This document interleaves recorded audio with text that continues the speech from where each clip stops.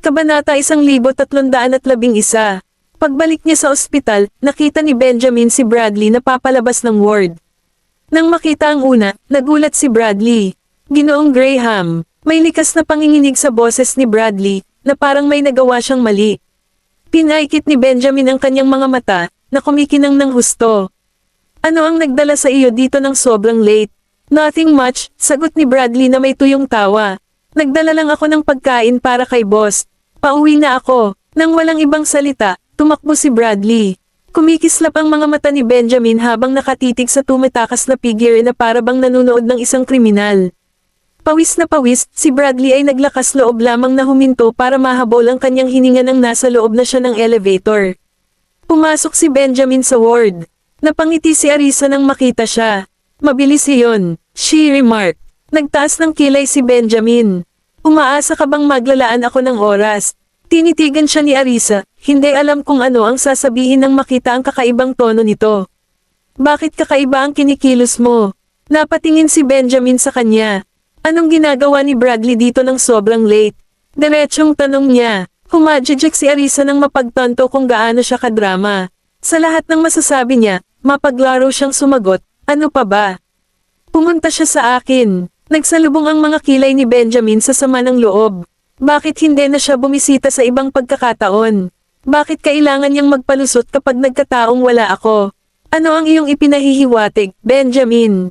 Galit si Arisa. Nalampasan na niya ang linya. Ano ang ipinahihiwatig ko? Mukha siyang nagilty nang makita niya ako. Maging ang paningin kay Bradley ay ikinairita ni Benjamin. Napangisi si Arisa. Could you be projecting your own guilt to others that you see it in them? Ako ang tumawag kay Bradley.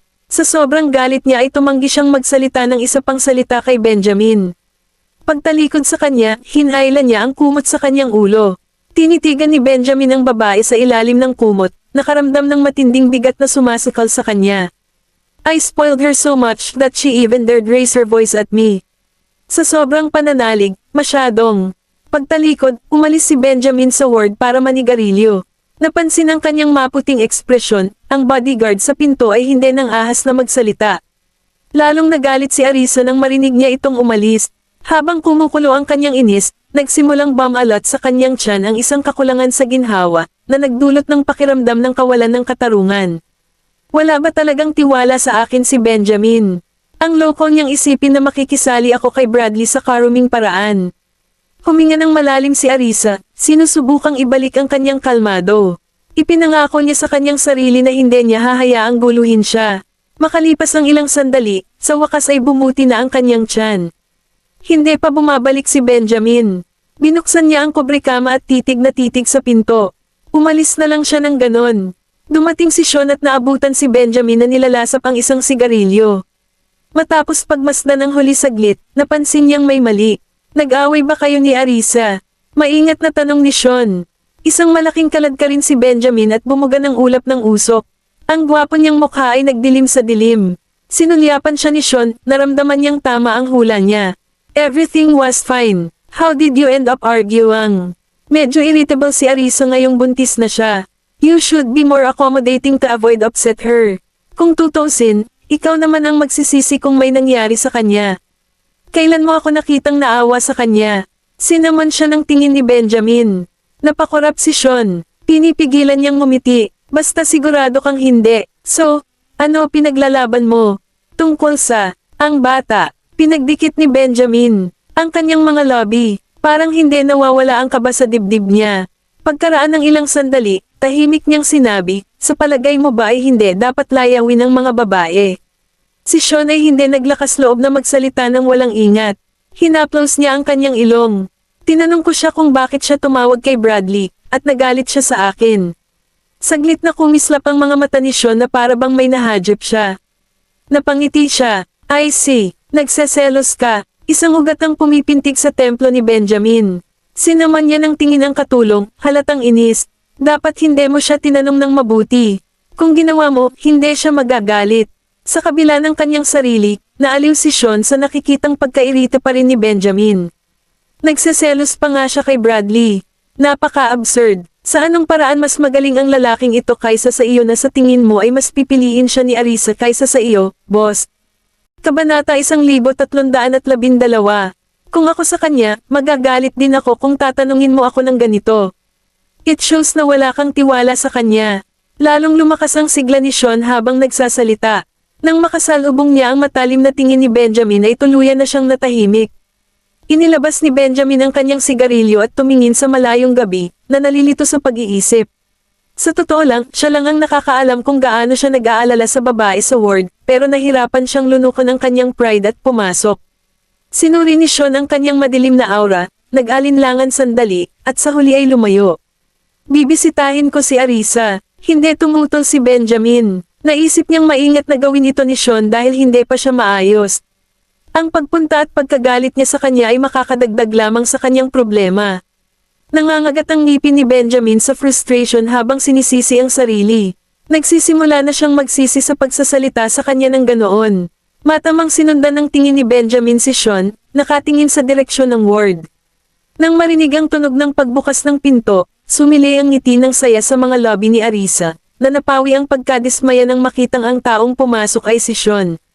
Kinawian niya ang sarili. Ano ang inaasahan ko? Matagal na siyang wala. Bagamat panandalian ang pagbabago ng kanyang ekspresyon, napansin ito ni Sean. Bakit hindi ka pa natutulog, Arisa? Tanong niya na may pag-aalala. Hinihintay mo ba si Benjamin? Hindi, masyado lang akong natutulog sa maghapon, at ngayon ay hindi ako makatulog. Matigas na tanggi ni Arisa. Nakakainis ngunit nakakatuwang makita ang mag-asawang matigas ang ulo. Nakita ko siya sa labas na naninigarilyo mag-isa nang dumating ako. Medyo nag-aalala siya sa'yo. Natigilan si Arisa sa sinabi ni Sean. Naninigarilyo siya sa labas. Kakatwa, nakita niyang bumuti ang kanyang kalooban nang malaman niyang hindi siya umalis. Eksakto. Tumango si Sean bago casual na nagtanong, kamusta ang pakiramdam mo, Arisa? Saglit na nag-alinlangan si Arisa. Pinili ang susunod niyang mga salita, medyo sumakit ang tiyan ko, pero wala na. Naging seryoso ang ekspresyon ni Sean. Bakit hindi mo ako tinawagan? Sinasabi ko kay Benjamin, hey, I'm fine now. Tawag ni Arisa. Ngunit hindi siya pinansin ni Sean. Masama ang pakiramdam ni Arisa, boss. Kailangan mo siyang dalhin para magpa-check up. Tawag ni Sean kay Benjamin habang nakatayo sa pintuan. Biglang nagbago ang ekspresyon ni Benjamin. Nagmamadali siyang lumapit, mukhang naguguluhan. Masama ba ang pakiramdam mo? Nakaramdam ng kirot sa puso si Arisa nang makita kung gaano ito nag-aalala. Balak sana niyang bigyan siya ng malamig na balikat, ngunit ang pag-aalala nito ang nagpakilos sa kanya. Medyo masakit ang tiyan ko kanina, mahinang tugon niya. Bakit hindi mo sinabi? Sinalo siya ni Benjamin sa kanyang mga braso, tumalikod, at tinungo ang pinto. Puno ng pagkabalisa ang kanyang mga tampok. Sinulyapan ni Arisa ang kinakabahang lalaki, tinikom ang kanyang mga labi, at mamulong sa kanyang hininga, wala ka man lang dito. Ibinaba ni Benjamin ang kanyang tingin at binigyan siya ng apologetic look. Ako ang may kasalanan kung bakit kita nagalit. Naramdaman ni Arisa ang bigat ng kanyang dibdib. Wala na akong sakit, pang-aaliw niya sa kanya. Dahan-dahan. Akmang tatakbo si Benjamin kasama siya sa kanyang mga bisig. Sumunod si Sean sa likod ng mag-asawa. Nang mapansin na normal ang hitsura ni Arisa, hindi siya masyadong nag-aalala. Si Benjamin lang ang nanatiling balisa. Bumagal si Benjamin. Hawak siya ng mahigpit, tumungo sila sa examination room. Si Sean ang personal na nag-ayos ng sabay-sabay na magpa-ultrasound si Arisa. Buti na lang at walang mali sa kanya. Mukhang hindi ito seryoso, malamang na mga emosyonal na pagbabago-bago lamang na naging sanhi ng pag-udyok ng fetus. Subukang maging masigasig, Arisa. Manatiling kalmado sa halip na magalit. Ang yugtong ito ay isang mahalagang oras hindi lamang para kay Arisa pero para din sa baby, boss. Huwag gumawa ng gulo at galitin siya ng walang dahilan. Kung may kailangan kang pag-usapan, gawin ito ng mahinahon at subukang tanggapin siya hanggat maaari. Sinamantala ni Sean ang pagkakataon na turuan si Benjamin, na, malayo sa pagpapakita ng pagkainip, ay nakinig sa maamong katahimikan. Nakahinga ng maluwag si Arisa nang malaman na maayos na ang kanyang anak. Pwede ba akong umuwi bukas? Sumulyap si Sean sa kanya, pagkatapos ay kay Benjamin. Nagpasya siyang ipaubaya ang desisyon sa huli. Mananatili tayo sa ospital ng ilang araw pa, honey. Malumanay na pagsusumamo ni Benjamin, hinawakan ang kamay niya. Kung hindi dahil sa akin, baka ma-discharge na siya. Pero okay na ako ngayon. Ayaw ni Arisa na magpalipis pa ng gabi sa ospital. Ang matagal na pananatili niya ay hindi mapakali. Kabanata 1313. Sa isang mahinang buntong hininga, marahang hinaplos ni Benjamin ang kanyang ulo, ang kanyang boses ay malambing at mapagbigay habang sinasabi niya, maghintay tayo hanggang bukas. Kung wala kang masamang pakiramdam kahit saan, uuwi na tayo. Mas mabuting sumabay sa gusto niya, para maiwasang magalit siya, na hindi naman makakabuti sa kalagayan niya. Napatingin sa kanya si Arisa at bahagyang tumango. Lumingon si Benjamin para tanungin si Sean, kailangan pa ba nating magsagawa ng iba pang eksaminasyon? We just need to finish this one. There's no need to do the others. We'll take a sample of her blood first thing tomorrow morning, paalala ni Sean sa kanila. Tumango si Benjamin, yumuko para kunin si Arisa, bumalik na tayo, honey. Oo naman. Pumayag naman si Arisa na ikinakapulupot ng mga braso sa leeg niya. Pagkatapos ay sinabi niya kay Sean, bumalik na tayo sa ward ngayon, Mr. Bailey. Maaari mong ipagpatuloy ang iyong trabaho. Nang makitang bumuti ng husto ang relasyon ng mag-asawa, halatang gamaan ang loob ni Sean at tinukso pa niya si Benjamin sa pagsasabing, magpahinga ka ng maaga. Oh, at, subukan mong hayaan siya, Benjamin. Ayaw niyang magalit siya ngayon. Hindi sumagot si Benjamin. Si Arisa naman ay parang medyo nahiya at namula. Binuhat siya ni Benjamin pabalik sa ward, dahan-daang inihiga sa hospital bed, at inayos ang ulo ng kama sa mas mataas na posisyon. Ihahatid kita ng tubig para panasan ka, sabi niya bago tumalikod at pumasok sa banyo. Pinanood siya ni Arisa na naghahanda ng tubig. Nang lumapit siya para panasan ang mukha nito, tinitigan siya nito at tinanong, galit ka pa rin ba? Saglit na itinigil ni Benjamin ang kanyang kamay, pagkatapos ay nagpatuloy sa pagpupunas habang sinabi niya sa mahina at malumanay na boses, hindi. With a small sense of joy in her heart, Arisa continued to explain, Bradley is like family to me. I feel a familial bond with him, nothing more. Stop fussing over it all the time. Tinawag ko siya sa gabi dahil may pag-uusapan ako. Gusto kong tulungan niya akong bantayan ang pamilya ng York. Bakit hindi mo sinabi sa akin ang tungkol dito? Nagsalubong ang mga kilay ni Benjamin. Wala ba siyang tiwala sa akin? Nang mapansin ni Arisa ang kanyang sama ng loob, mahinang sinabi ni Arisa, palagi kang abala, kaya ayaw ko nang bigyan ka pa ng stress. Ngumuso si Benjamin, maaari kong bantayan sila ng aking mga tauhan. Mas madali ito kaysa sa kanya mismo ang gumagawa nito. Tumawa ng mahina si Arisa, sumang-ayon, oo, ngunit ayaw kong mapagod ka. Labas na gaman ang loob ni Benjamin. Ano ang naramdaman niyang nagkasala noong umalis siya? Natagpuan niya ito medyo kakaiba, matindi ang titig nito sa kanya. Napatitig si Arisa sa tensyonado at gwapo nitong mukha. Hindi ba niya alam kung gaano ka-intimidate ang presensya niya? Isinantibi si Bradley, kahit ako ay nakaramdam ng takot sa kaibuturan nang makita ko siya bago ko siya makilala. Takot lang siguro siya sa'yo, yun lang. At saka, sinabi ko nga sa kanya na ilihim mo, kaya natural lang na magugulat siya kapag bigla kang bumalik, hindi lang pala siya ang natatakot sa'yo. Minsan, natatakot din ako sa iyo. Mahigpit na nagsalubong ang mga kilay ni Benjamin habang hindi nasisiyahang nakatingin sa kanya. Natatakot ka sa akin. Just look at yourself. Sinong hindi matatakot sa'yo? Sagot ni Arisa sabay turo sa kanya ng daliri. Nais niyang magkaroon siya ng salamin upang ipakita sa kanya ang sarili niyang refleksyon. Tumigil sandali si Benjamin. Inayos ang ekspresyon ng kanyang mukha, na naging mas banayad. Sinubukan ni Arisa na bigyan siya ng ilang payo sa pamamagitan ng pagsasabing, huwag magmukhang solemne sa lahat ng oras. Ngumiti pa, at hindi kami matatakot sa iyo. Tumaas ang isang kilay ni Benjamin at sumulyap sa kanya habang siya ay sumagot, hindi ba sinabi mo sa akin na huwag basta-basta ngumiti sa iba? Natahimik saglit si Arisa bago sumagot, kung ganoon ay maaliwalas mo ang tingin mo sa iyong mukha at bahagyang lamambat. Sa ganoong paraan, magiging komportable ang mga tao na lumapit sa iyo. Mayabang na bulalas ni Benjamin. Hindi ko kailangang gawin iyon. Nawawala na talaga si Arisa ng mga salita, ngunit gamaan ang loob niya na naalis na ang maliit na hindi pagkakaunawaan, kaya hindi na siya nagsalita pa. Sumulyap si Benjamin sa kanya at nagpatuloy sa pagpupunas sa kanyang katawan. May nararamdaman ka bang discomfort? Umiling si Arisa, nakipagtulungan habang nagpupunas. Ilang beses na niya itong ginawa noon, kaya hindi na niya iyon ikinahihiya pa. Sorry, honey. Si Benjamin ay taos-pusong humingi ng tawad sa kanya, puno ng guilt ang gwapo niyang mukha. Napatingin si Arisa sa kanya. Humihingi na naman siya ng tawad kahit kanina pa siya humingi ng tawad. Dahil hindi na siya mapusok o mainit ang ulo gaya ng dati, sumagot siya, pinapatawad na kita. Nagliwanag ang mata ni Benjamin nang marinig iyon. Kabanata 1314.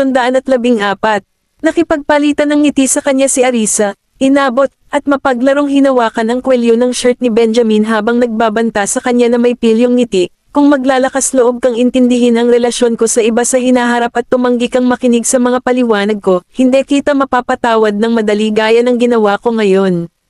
Dadalhin ko ang mga bata at magtatago sa malayo sa iyo. Sige, alam ni Benjamin na siya ay mali, kaya siya ay sumang-ayon sa kanya. Kung magtago siya, hahanapin ko lang siya at hihingi ng tawad sa kanya.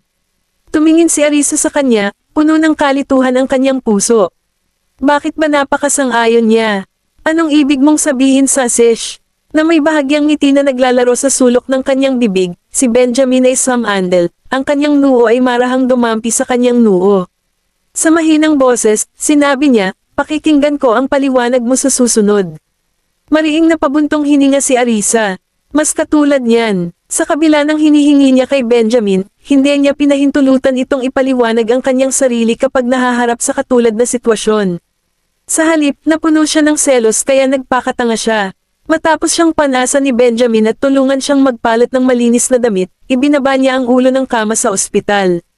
Basa rin ang damit mo. Maligo ka na. Paalala ni Arisa nang mapansin ang mga patak ng tubig sa damit nito. Naligo na ako sa bahay, kaya kailangan ko lang magpalit ng damit. Sinabi sa kanya ni Benjamin na 1 oras na lang mula nang umalis siya ng bahay at hindi siya pinagpawisan. Sa kabila ng pagiging malinis na freak, nagpa siya si Benjamin na magpalit na lang ng damit sa halip na maligo muli. Ngumiti si Arisa at nagtanong, naligo ka ba kasama ang mga bata? Habang nagpapalit ng damit si Benjamin, sumulyap siya sa kanya at sinabing, kaya nilang mag-shower ng mag-isa, kaya naligo ako sa aming kwarto. Bumaba ang tingin ni Arisa sa kanyang matipunong pangangatawan, hindi makaalis ng tingin kahit saglit. Oh, I see. You should help them shower. You know. Don't act all superior in front of them. Try to be more approachable. Gusto nilang makipagkompetensya sa akin upang makita kung sino ang maaaring mag-shower ng mas mabilis. Kaya nga hindi kami nag-shower ng magkasama. Hindi naging problema sa kanya ang pagpapaligo sa mga bata dahil pinaliguan niya rin si Gavin noon. Ngumiti si Arisa at nagtatakang tanong, let me guess. Ikaw ang pinakamabilis, di ba? Nasaksihan niya kung gaano siya kabilis mag-shower. Napakabilis niya kaya natapos niya ang pagligaw sa loob ng 2 minuto. Nakapijama si Benjamin, naglalaro ang ngiti sa manipis niyang lobby habang naglalakad. Hulaan mo, mali, ang mga bata ay mas mabilis kaysa sa akin. Tapos na silang mag-shower at hinihintay na nila ako sa paglabas ko. Humagalpak ng tawa si Arisa at sinabing, talagang naging madali ka sa kanila, di ba? Humiga si Benjamin sa kanyang tagiliran, magiliw na hinihimas ang kanyang ilong habang sumagot, gusto ko lang silang magsaya. So, gusto mong maging isang mapagmahal na ama ngayon? Pang-asar ni Arisa sa kanya. Tiningnan siya ni Benjamin at ipinaliwanag, ikaw ang mabait na ina, at ako ang mahigpit na ama. Pero sa gabi mo lang sila didisiplinahin. Hindi sila makakatulog ng maayos kapag pinakikitunguhan ko sila sa gabi. Ganon din ang naisip ni Arisa. Natulog na ba sila nang umalis ka sa bahay? Hindi, sagot ni Benjamin. Tumangala si Arisa sa kanya, ang kanyang masayang ekspresyon ay pumukaw sa kanyang pagkamausisa. Bago pa man siya magtanong, sinabi ni Benjamin sa kanya, bago ako umalis, naghapunan ako sa kanila. Nakita ako ng mga bata. Humalaklak si Arisa, nakatingin sa kanyang masayang kilos. Madaling makontento ang lalaking ito. Hindi niya maiwasang. Asarin ito, nakalimutan mo ba kung paano ka tumakbo sa banyo sa gabi? Isang kibot ang sumabit sa gilid ng bibig ni Benjamin habang marahang kinurot ang pisngi nito. Pwede ba wag na tayong mag-usap? Tungkol dito, kumerba ang mga mata ni Arisa sa amusement habang patuloy siyang tinutukso. Ano, nahihiya ka na ba ngayon? Pinatay ni Benjamin ang ilaw, hinayla ang kumot sa kanilang dalawa, at sinabing, oras na para matulog.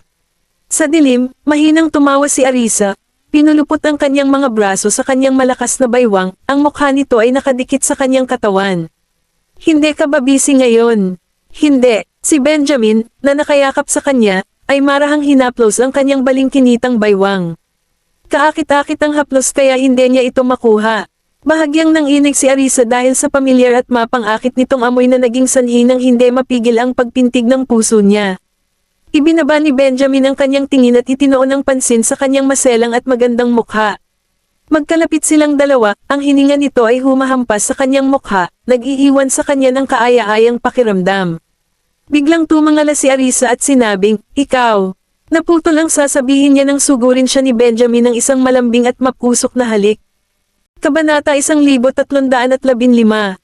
Kinabukasan, dumating si Regan sa paaralan ng mga bata at maagang naghintay sa kanilang pagdating.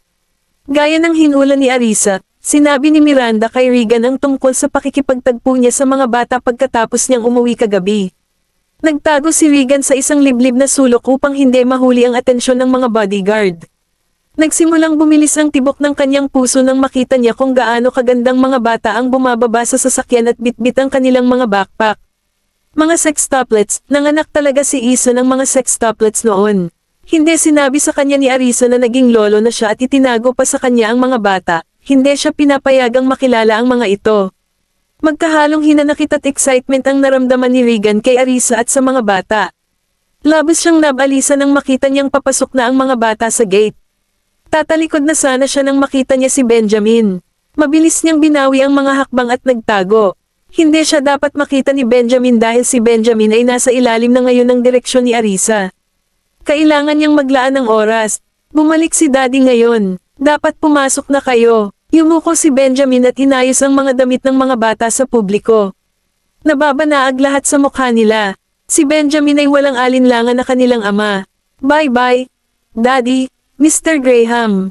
Ang mga bata ay umiinit sa kanya habang sila ay nagpaalam sa kanya sa kanilang matamis at parang bata na boses.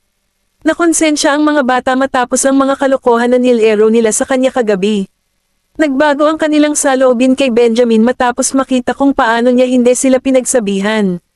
"Bye," malumanay na sabi ni Benjamin sa mga bata. "Mr. Graham, magmadali kang bumalik at bantayan si Mommy para hindi siya masangkot sa kalokohan." Tumingin si Zachary sa kanya ng diretsyong mukha. Wala siyang hinanakit sa pagdidisiplina ni Arisa. Marahang tinapik ni Benjamin ang kanyang maliit na ulo at tumungo, sinabing, "Sige." Tumayo siya at sinenyasan ng mga bata na pumasok. Pumasok. Ngumiti at kumaway ang mga bata bago pumasok sa paaralan. Pinagmamasdan ni Benjamin ang mga bata sa gate ng paaralan hanggang sa mawala sila sa paningin. Isang magiliw na ngiti ang naglaro sa kanyang mga labi habang ang kanyang mukha ay nagniningning ng pagmamahal ng ama. Hinintay niyang mawala sa paningin niya ang mga bata bago umalis. Sumilip si Regan sa gate ng school. Kahit nakaalis na si Benjamin ay nandoon pa rin ang mga bodyguard niya. Bukod dito, mahigpit na binantayan ang pasukan. Hindi man lang pinapayagan ng paaralan ang mga magulang na pumasok. Nakakunot ang noo niya habang iniisip kung paano papasok. Pagkatapos ng unang aralin, napansin ni Jessie ang isang matandang lalaki na pinakanak ang nakangiti sa kanya, nakakaiba sa kanya. Mabilis niyang sinabi sa kanyang mga kapatid ang tungkol dito. "Cherry, tingnan mo, ang matandang iyon doon ay patuloy na nakatitig at nakangiti sa akin." Napatingin si Zachary sa direksyon na itinuro ng kapatid niyang si Jessie. Mahirap makita ang mukha ng lalaki dahil medyo malayo ito nakatayo at nakasuot ng safety helmet. Si Regan ay nakalusot sa campus sa pamamagitan ng pagpapanggap na isang janitor. Natuwa siya nang makita niyang napansin siya ng mga bata at nagsimulang maglakad. Darating siya, bulalas ni Tim. Hindi niya kilala kung sino si Regan. Naningkit ang mga mata ni Gavin habang nakatitig kay Regan. Parang pamilyar siya. Nagpalitan ng tingin sina Oliver at Jasper at napatitig kay Regan. Parang nakita na natin siya dati. Sa wakas ay nakilala ni Zachary si Regan habang papalapit ito at malamig ng umuso. Siya si Regan York. Nanlaki ang mga mata ng mga bata. Nalaman agad nila kung sino ito nang iugnay nila ang apelyido ni Regan sa pangalan ng kanilang ina. "Paano siya nakapasok dito?" tanong ni Jasper na nakakunot ang noo. "Hindi mo ba siya nakitang nakasuot ng uniforme ng janitor?" "Iniisip ko kung paano niya nalaman kung nasaan tayo." Hinaplos ni Oliver ang kanyang baba, malamig na tumitig sa mga mata ni Regan. Tumingin sina Gavin at Tim kay Regan na nakakunot ang noo, puno ng galit ang mga mukha. Pinandilatan ni Jessie si Regan, nagalit, anong ginagawa niya dito? Nakakainis, ngumisi si Zachary. Ano pa ba? Pinipilit niyang mapalapit sa atin. Ang mga bata ay nagpapalitan ng tingin at nakipag-usap sa pamamagitan ng kanilang mga mata. Umupo sila sa isang bilog at hindi pinansin si Regan. Kabanata 1316. Nakadikit ang tingin ni Regan sa mga bata habang humahakbang ito. Ang mga bata ay mukhang mas kaibig-ibig sa malapitan sa mga mata ni Regan. Napakalambot, malaanghel, at maputlang balat, naalala ni Regan si Arisa noong bata pa siya. Hello there, napasimangot si Regan habang nakatingin sa mga bata. Hindi siya pinansin ng mga bata habang patuloy silang kumakain ng kanilang mga merienda. Walang pakialam si Regan habang nagpatuloy, mga shota ko, lolo ninyo ako. Sa sandaling iyon, lumingon ang mga bata at sinalubong ang tingin ni Regan, dahilan para mabulunan sandali si Regan. Mabilis siyang bumalik sa kanyang katinoan, ngumiti, at nagsimula ng isang palakaibigang pag-uusap. Sweethearts, gutom ka na ba? Dapat bang bumili si lolo ng makakain mo? Sino ang sweetheart mo? Huwag mo kaming tawaging ganyan. Hindi ka namin kilala. Ganti ni Jasper na halatang inis. Matamis na ngumiti sa kanya si Regan na para bang hindi niya narinig ang sarkastikong sinabi ni Jasper. Ako ang lolo mo, hindi ba sinabi sa iyo ng mommy mo? Arisa ang pangalan ng mommy mo, at ako naman si Regan, tatay ako ng mommy mo. Sinabi sa amin ni mommy na ang kanyang ama ay matagal nang wala. Inayos ni Oliver ang kanyang salamin at nginisyon si Regan. Paano nakakapagsalita ng ganyan ang nanay mo? Naiinis si Regan. How dare she curse me? Mabilis na inayos ni Regan ang kanyang sarili at nagkunwaring walang pakialam nang makita niyang galit na galit ang mga bata sa kanya. Isang matamis na ngiti ang ipinakita niya sa kanila at sinabing, siguro galit pa rin sa akin ang mommy mo. Hindi ko kayo sinisisi. Tingnan mo, dinalhan kita ng candy. Naglabas si Regan ng lollipop sa bulsa ng uniforme ng janitor at inalok ito sa mga bata. Nagsalubong ang kilay ng mga bata at tumingin sa kanya. Wala sa kanila ang kumuha ng candy. Ngumisi si Zachary, palaging sinusubukan ng masasamang tao na lokohin ang mga bata gamit ang candy. Matapos ang patuloy na panunumbat ng mga bata, si Regan ay namumula sa galit. Isinisisi niya ang lahat kay Arisa habang kinu-question niya kung paano niya pinalaki ang kanyang mga anak. Wala sa kanila ang nagpakita ng anumang paggalang sa kanilang mga nakatatanda.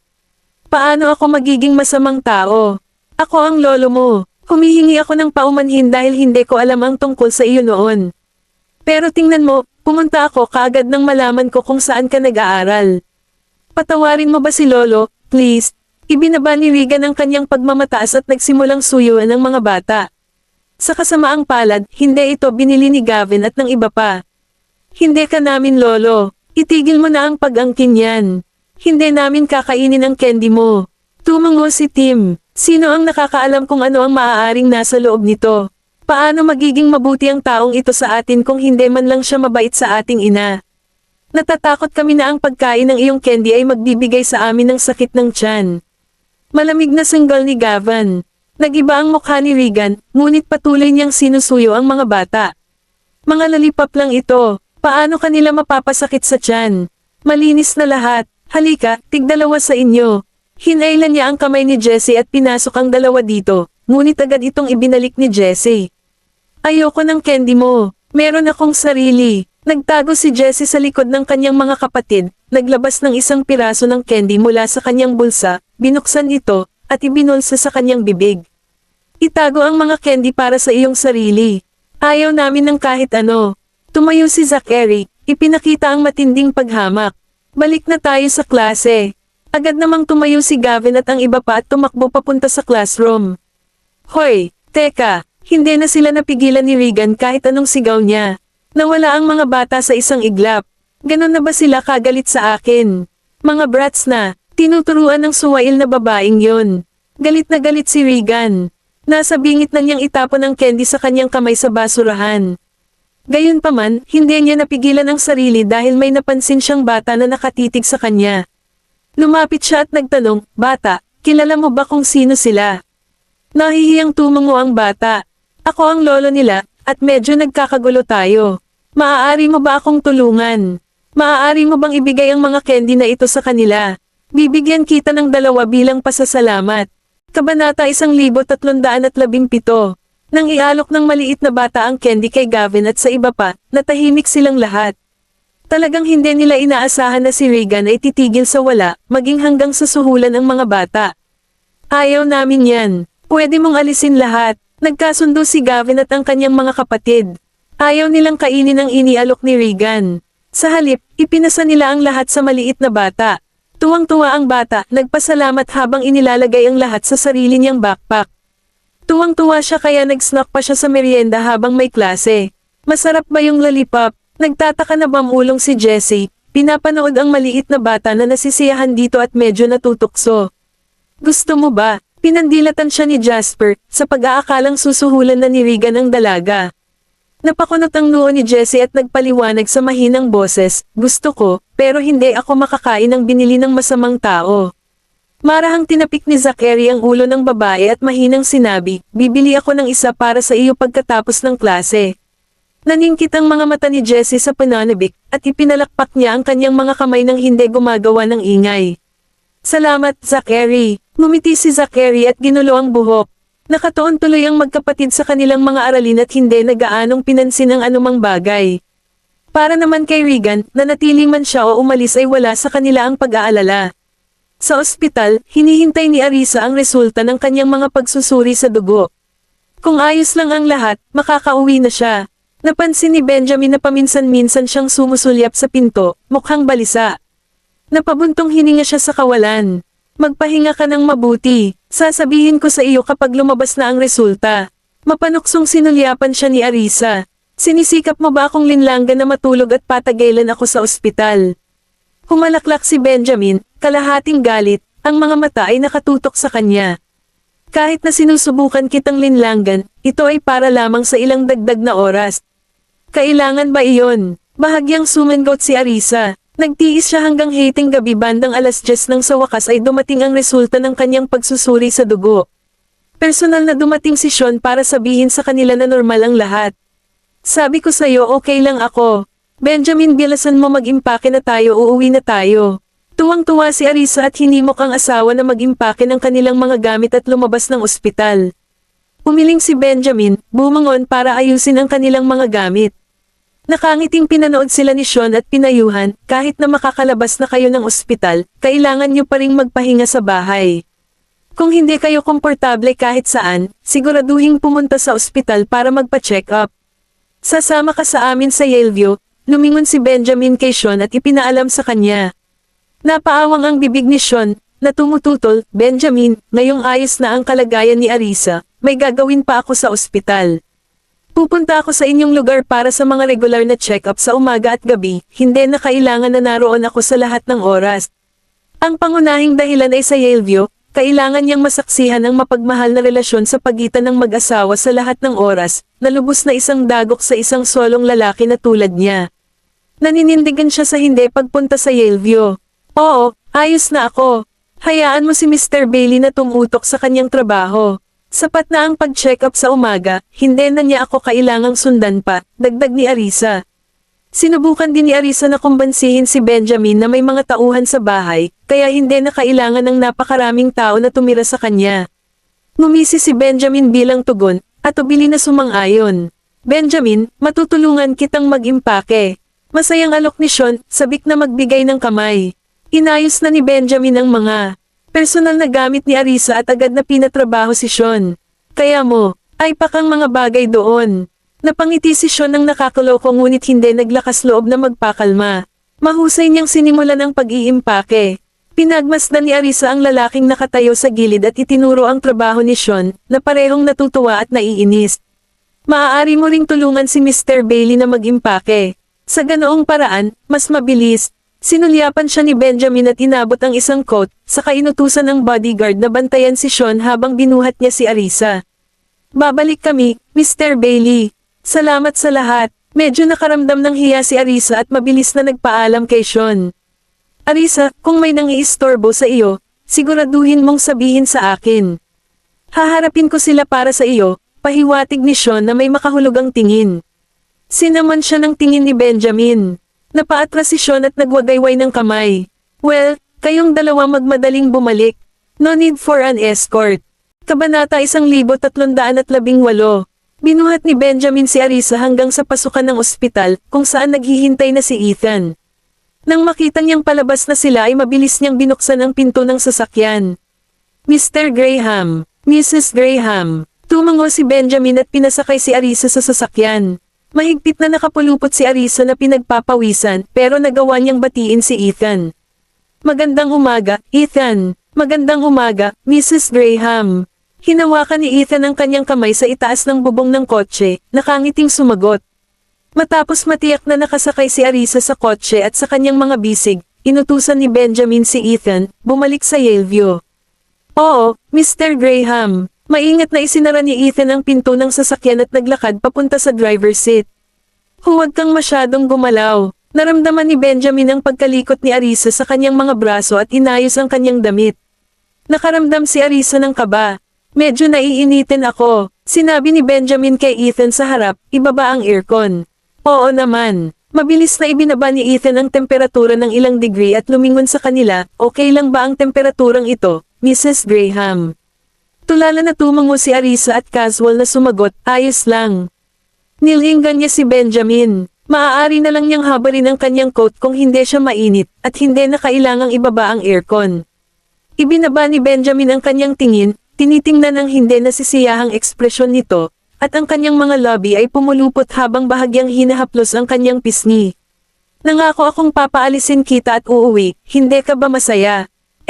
Mahinang sambit ni Arisa. Sa kabila ng kanyang pagkairita, hindi niya maiwasang makaramdam ng kasiyahan sa pag-uwi sa lalong madaling panahon. Mapaglarong pinisil ni Benjamin ang kanyang ilong, tinutokso siya. Kung hindi ka nasisiyahan, paano kung babalik tayo sa ospital ng ilang sandali pa? Hindi pwede. Mabilis na tumanggi si Arisa. Araw-araw siyang nasa ospital, at halos mabaliw siya. Kahit na ito ay para sa kanyang kalusugan, kailangan niyang nasa bahay kung saan siya pinakakomportable. Napaawang ang mga labi ni Benjamin, at hinawakan niya ito sa kanyang mga braso. Paano ang pag-idlip pagkatapos? Hindi ako inaantok. Napasandal si Arisa sa kanya, nakatingin sa labas ng bintana ng kotse ang mataong mga eksena sa kalye, sinusubukang magbabad sa kasiglahan. Sumulyap si Benjamin sa kanya at pagkatapos ay lumabas sa bintana ng kotse, wala siyang nakitang partikular na interesante. Si Ethan ay nagmaneho ng maayos ngunit hindi masyadong mabilis, humigit kumulang kalahating oras bago makarating mula sa ospital pabalik sa Yaleview. Ang mayordomo, kasama ang mga kasambahay at si Maria, ay naghihintay sa pasukan upang salubungin sila pauwi. Mr. Graham, Mrs. Graham, bumalik ka na. Matamis na ngumiti si Edwin na nagpapakita ng pag-aalala kay Arisa. Nakipagbatian sa kanila si Arisa at masayang nakauwi. Pumasok na tayong lahat sa loob. Miss Graham, tumabi sa brazier. Tinuro ni Edwin ang brazier na nakalagay sa harapan. Ito ay isang simbolikong ritual ng pag-iwas sa kasamaan at pagtiyak ng kaligtasan. Oo, Isa, lampasan mo ito at pagkatapos ay pumasok ka sa loob. Napangiti din si Mary at pinaalalahanan siya. Si Arisa ay dinadala ni Benjamin, at naunawaan niya ang kahalagahan. Napatingin siya sa asawa. Okay lang ba kung ihatid ko siya? Tanong ni Benjamin kay Edwin, hindi tumutol. Ngumiti at tumango si Edwin, tama rin iyan, basta't nalampasan ninyo itong dalawa. Young master, sige po. Binuhat ni Benjamin si Arisa, humakbang ng mahabang hakbang, at tumawid sa brazier bago pumasok sa loob. Nang nasa loob na sila, inutusan ni Edwin ang mga tauhan na linisin ito. Sa paglabas at pag-uwi ni Arisa, ang tirahan ng Graham ay puno ng aktibidad. Nasa kusina, ang lahat at naghahanda ng masasarap na pagkain. Binuhat ni Benjamin si Arisa pabalik sa kwarto at tinulungan siyang magpalit ng malinis na set ng pijama.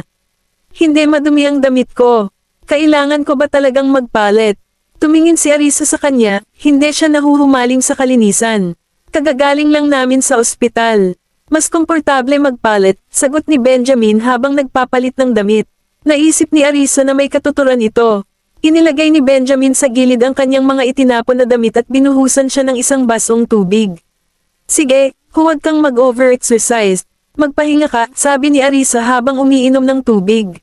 Okay, sang-ayon ni Benjamin at nagpalit ng sariling damit. Pagkatapos magpalat ay lumabas siya ng banyo na may dalang tuwalya at sinimulang linisin ang mukha ni Arisa. Humalaklak si Arisa habang pinagmamasdan siya at hinabot para tumulong panasan ang mukha niya. Tapos na lahat. Binaba ni Benjamin ang tuwalya. Kabanata 1319. Mr. Graham, dapat ko bang ilagay ang mga dokumento at laptop sa iyong pag-aaral o kwarto? Tanong ni Ethan. Kahit na ang kanyang boses ay umalangaw mula sa pintuan, ang kanyang figure ay wala kahit saan. Sa nangyari, sadyang tumayo siya sa labas ng pinto, nag-iingat na huwag manghimasok sa privacy ni Benjamin. Pasukin mo sila, utos ni Benjamin habang lumingon sa pinto. Nang mapagtantong gustong magtrabaho ng lalaki sa kwarto, nagsalita si Arisa. Hindi ba dapat pumunta ka na lang sa pag-aaral? Paano ka magtatrabaho sa kwarto? Habang hawak pa rin ang mga dokumento at laptop, biglang natigilan si Ethan nang marinig ang sinabi ni Arisa. Hindi sigurado kung gagawin niya ang itinuro, tumayo siya sa pintuan at pinagmasdan ang mag-asawa.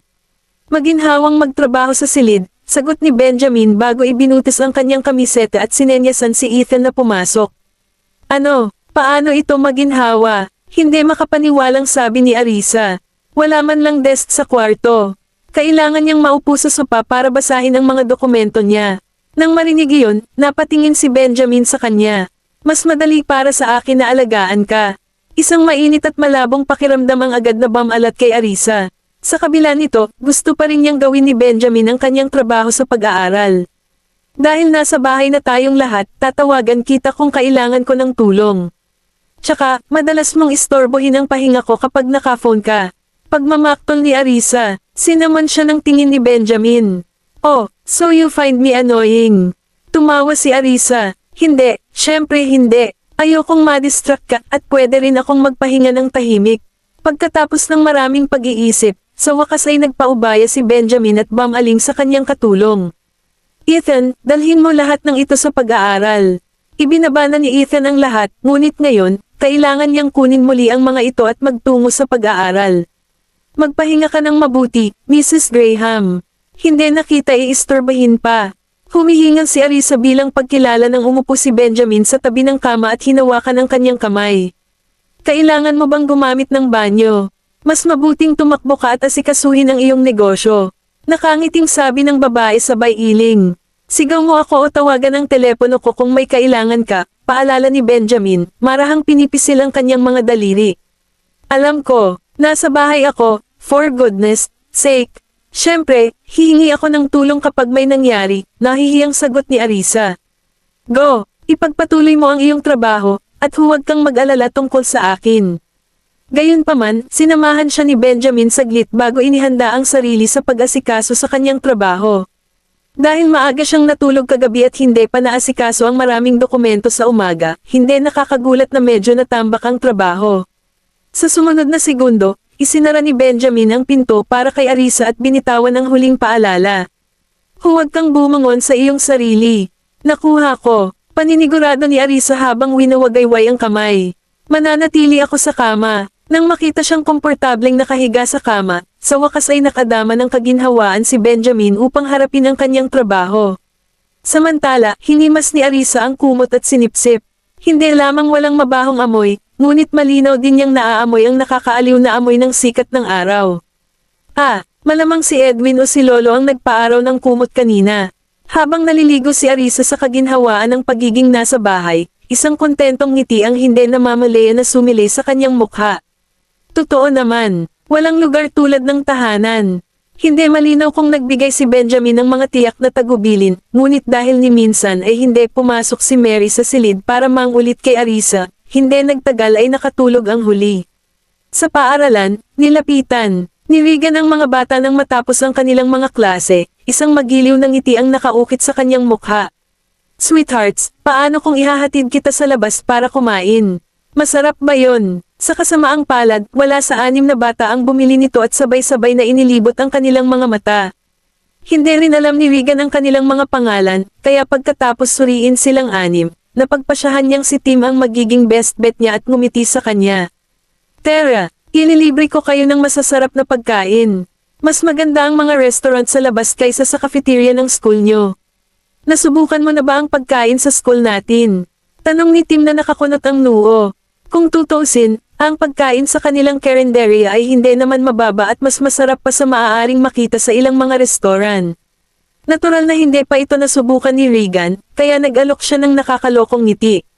Hindi pa ako nakakaranas nito, ngunit tiyak na pagod na kayong kumain ng parehong pagkain araw-araw, di ba? Pagod ka na bang kumain sa bahay? Ganti ni Tim. Sa kabila ng pagtataka sa matalim na tugon, patuloy na hinikayat ni Regan ang kanyang mga apo na samahan siyang kumain sa labas. Well, let's go eat something different. Hindi kami kakain kasama mo, biglang putol ni Gavin habang tinitigan ng matandang lalaki. Kukunin ko ang isang tao na itapon ka kapag hindi ka titigil sa panggugulo sa amin. Kabanata 1320. Nawala ang ngiti sa mukha ni Regan. Nako, ang aura ng batang ito ay kapansin-pansing katulad ng kay Benjamin. Kung hindi dahil sa liit niyang tangkad, akala ko si Benjamin ang kausap ko. Bilang lolo mo, gusto lang kitang bilhan ng pagkain ng mga bata. Yun lang. Noon, napansin ni Regan na may mga bodyguard ang mga bata na nagpoprotekta sa kanila at talagang nag-aalala siya na kapag pinindot niya ang kanilang mga butones, baka mapaalis siya ng mga bodyguard. Iyon, walang alinlangan, ay lubos na nakakahiya. Hindi napigilan ni Jasper ang mumuso kay Regan. Gayunpaman, napagtanto ni Zachary na si Regan ay hindi sumusuko sa lalong madaling panahon at nagsimulang gumawa ng isang plano sa kanyang isipan. Hindi nagtagal, napangiti siya at ginawang punto na gumamit ng mas palakaibigang tono. Bilhan mo ba talaga kami ng pagkain? Ha, malamang hindi mapuntahan ni Regan si Mommy kaya hinanap niya kami dito. Hindi ako makapaniwala na nag-abala pa siyang maghintay ng ganito katagal. Walang paraan na wala siyang lihim na motibo. Kaso, kumukulo ang dugo ko sa isiping binyo-bully niya si Mommy. Oras na para tumayo ako para sa kanya at turuan siya ng leksyon. Siyempre naman. Sabi ni Regan habang nakayuko at nakangiti kay Zachary, sa pag-aakalang bumigay na ang bata. Pero nang marinig ang sumunod na sinabi ng apo ay agad na kumaibot ang gilid ng bibig nito. Okay, pero parang wala kaming ganang lumabas, sabi ni Zachary, tumango ng matino. Paano ito? Dahil sabik kang i-treat kami sa isang pagkain, bakit hindi i-convert ang sentiment na iyon sa isang cash gift? Sa ganoong paraan, makakalabas na tayo. Kumain kung kailan natin gusto. Sinabi mo nang ang lolo ka namin, kaya hindi ka tatanggi na bigyan kami ng pera, di ba? Nang makitang nagsimulang pumutok ang ekspresyon sa mukha ni Regan, lihim na binigyan ni Gavin at ng iba pa si Zachary ng thumbs up. Wow! Siguradong puno ng ideya si Zachary. Dahil doon, napatingin ang mga bata kay Regan, puno ng pag-asa ang kanilang mga mukha, kaya nahihirapan siyang isipin na tanggihan sila. Bukod dito, sabik siyang magkaroon ng mas malalim na ugnayan sa maliliit na bata, kaya malugod niyang sinang-ayunan ang kahilingan. Sige, ibibigay ko ang pera sa inyo. Sabihan mo ako kapag gusto mo nang kumain.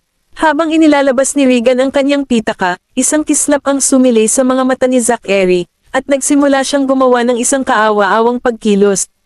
First time mo kaming bibigyan ng pera, kaya huwag maging mad mo.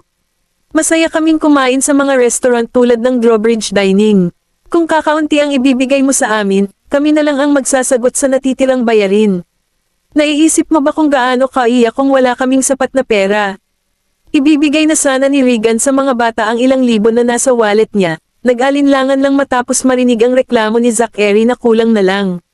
Hindi na kailangang sabihin, ayaw niyang ipagsapalaran ang pagkawala ng kanyang mukha sa harap nila. Wala akong masyadong pera ngayon. Paano kung babayaran kita sa susunod? Oh, well, I guess I have to go along with their wishes if I want to win their affection.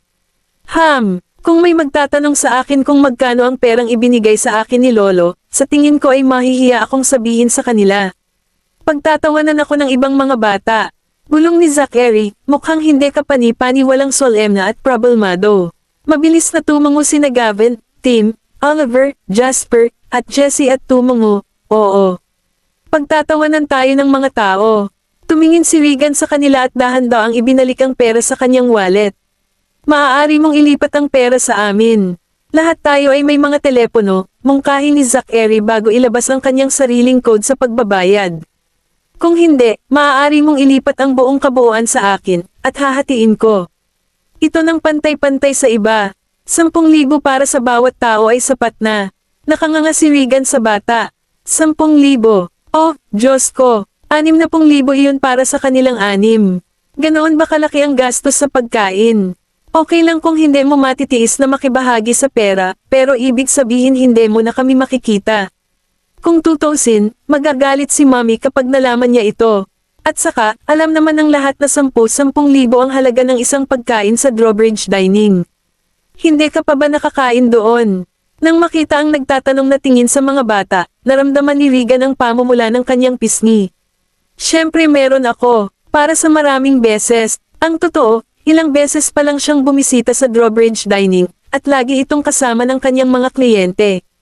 Kahit na ayaw niyang aminin, mag-aatubili siyang tumangkilik sa restaurant kung wala siyang kumpanya. Ay absorb ang mga gastos, ang bawat pagkain niya doon ay nagkakahalaga ng hindi bababa sa 100,000, at iyon ay kapag walang umiinom. Nang gawin nila, gayunpaman, ang bayarin ay tumaas pa. Eksakto, hindi mura ang mga pagkain doon, pero masarap ang pagkain, at nag-e-enjoy kaming lahat, sabi ni Zachary bago bumantong hininga. Kalimutan na natin to kung nag-aatubili ka. Hindi na natin kailangang lumabas para kumain.